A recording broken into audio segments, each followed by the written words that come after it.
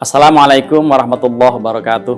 Bismillah, alhamdulillah, assalatu wassalamu ala rasulillah Sayyidina wa maulana Muhammad ibn Abdillah wa ala alihi wa ashabihi wa mawala wa man tabi'ahum bi ihsanin ila yaumis sa'ah, amma ba'du. Para pemirsa, yarhamukumullah. Di dalam beragama Islam, kita diwajibkan untuk bersikap istiqomah. Ini satu perintah Allah dan sangat terpuji orang yang bisa menjalankan istiqomah. Di antara sekian banyak dalil, Al-Quran menyebutkan a'udzubillahi minasyaitonirrajim, innalladzina qalu rabbunallahu tsumma istaqamu tatanazzalu alaihimul malaikah alla tahzanu alla takhafu wa la tahzanu. Sesungguhnya orang-orang yang mengatakan Tuhan kami Allah kemudian istiqomah, maka akan turun kepada dia para malaikat dan mengatakan jangan takut, jangan khawatir. Ini satu ayat yang menyebutkan mengenai pentingnya istiqomah.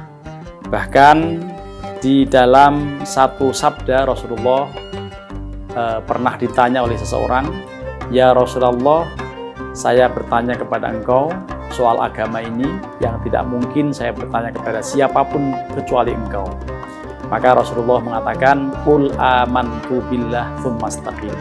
Katakan aku beriman pada Allah, kemudian beristiqomahlah dalam keberimanan itu. Para pemirsa, kaum muslimin yarhamukumullah.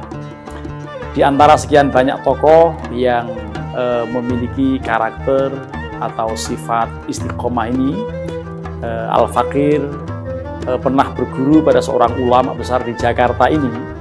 Beliau tokoh yang wafat pada tahun 2006, tepatnya pada bulan Juni tahun 2006. Beliau adalah Muallim Syafi'i Hadzami atau sering disebut dengan Muallim. Muallim Muhammad Syafi'i Hadzami atau Kiai Haji Muhammad Syafi'i Hadzami ini adalah orang ulama sepuh yang berguru kepada para habaib, para ulama di Jakarta ini, yang merupakan tokoh sangat karismatik.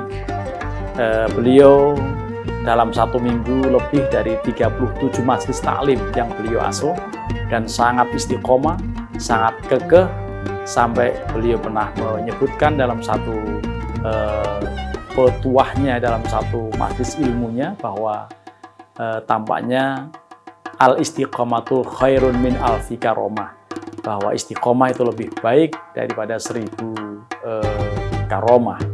Ini sikap istiqomah beliau contohkan.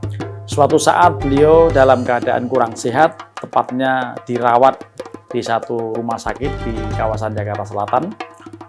Beliau beberapa hari terbaring sakit, bahkan kemudian istirahat di ruang yang cukup ketat seperti itu, bukan termasuk ICU ya, tetapi kemudian yang paling menjadi penting untuk diberikan contoh sebagai sikap istiqomah itu, beliau tetap berkenan dan bahkan minta supaya infusnya dicopot agar bisa menghadiri majelis ilmu yang beliau asuh. Dan setelah itu beliau minta kembalikan lagi saya ke rumah sakit, tetapi waktu ini ya, ketika itu memang ada jadwal mengajar di satu masjid yang dekat dengan rumah sakit, satu rumah sakit besar di Jakarta Selatan. Ini menunjukkan bahwa dalam keadaan sakit pun, dalam keadaan sangat tidak memungkinkan, tetapi beliau tetap mengajar. Ini salah seorang tokoh yang sangat dihormati, sangat disegani, bahkan bukan hanya masyarakat, tetapi juga bahkan para mahasiswa, para dosen. Banyak dosen-dosen IAIN kala itu, termasuk mahasiswanya yang mengaji bersama beliau dalam berbagai majelis ilmunya. Ini sikap istiqomah yang beliau tunjukkan. Bahkan secara tersirat beliau menyebutkan bahwa rumah yang akan memiliki keberkahan adalah rumah yang di dalamnya ada kajian keilmuan. Oleh karenanya Al-Faqir sejak tahun 2006, sejak Muallim Syafi'i Hadzami wafat, dilaksanakan pengajian rutin yang mengaji ketika itu kitab Kifayatul Aqiyya atau melanjutkan pengajian tentang kitab Tanbihul Ghafilin. Ini sebuah sikap istiqomah yang beliau contohkan, lalu pernah beliau menyebutkan bahwa keberkahan rumah tinggal seorang adalah yang digunakan untuk kajian keilmuan, apakah mengaji huruf hijaiyah, Al-Quran, Iqra, atau bahkan mengaji kitab-kitab kuning. Para pemirsa kaum muslimin yarhamukumullah, saking pentingnya sikap istiqomah ini, tampaknya beliau terinspirasi dari sebuah kalimat yang disampaikan oleh Abu Laits As-Samarqandi dalam kitab Tanbihul Ghafilin. Pernah beliau mengatakan, iyyaka wal amalas sholihah tsumma tada'ahu. Hindari olehmu jauh-jauh dari satu pekerjaan rutin yang sudah dijalankan secara kontinu, kemudian meninggalkannya. Ini artinya bahwa kontinuitas, kekeh, istiqomah ini bagian dari yang sangat mulia dalam agama. Para pemirsa kaum muslimin, bahkan kalau kita menghubungkannya dengan cara berdakwah Wali Songo, yang dalam hal ini Kanjeng Sunan Kalijaga itu memodifikasi konsep pewayangan yang aslinya dari India dengan metode dakwah yang beliau kemukakan atau yang beliau praktikkan.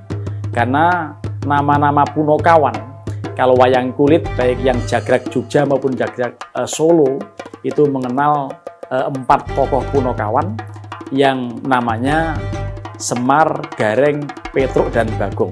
Ini sebetulnya diolah, dimodifikasi dalam satu kalimat yang menyebutkan bahwa idza nala khairon samir fatruk ma bagha. Kalimat inilah yang kemudian dihubungkan dengan istilah nama-nama punokawan. Idza nala khairon, sebetulnya arti dari kalimat ini, ketika seseorang telah memperoleh kebaikan, maka samir, teruskan dalam berbuat baik itu, fatruk, maka tinggalkan ma bagha, sesuatu yang tidak berguna, sesuatu yang sia-sia.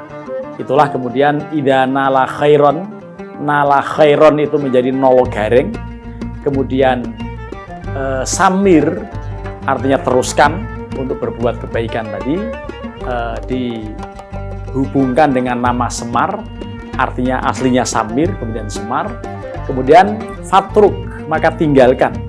Ya, tinggalkan itulah yang kemudian menjadi Petruk. Bahkan mereka mengatakan Petruk kantong bolong. Oleh karenanya kemudian fatruk ma bagha, tinggalkan yang sia-sia, tinggalkan yang tidak berguna.